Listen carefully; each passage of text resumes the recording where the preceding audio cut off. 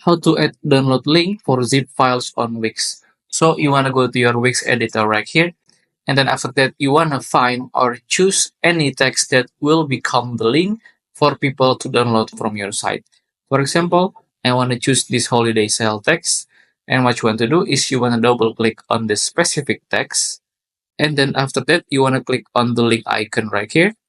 And then right here, you can just choose document and then choose file right here and choose on upload media at the top left of your screen. Choose upload from computer.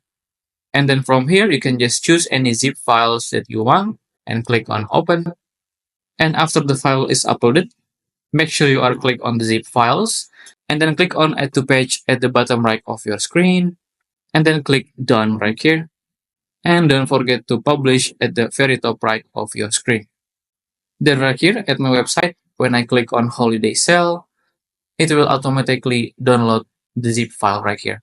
That's it. If you find this video useful, please consider like and subscribe.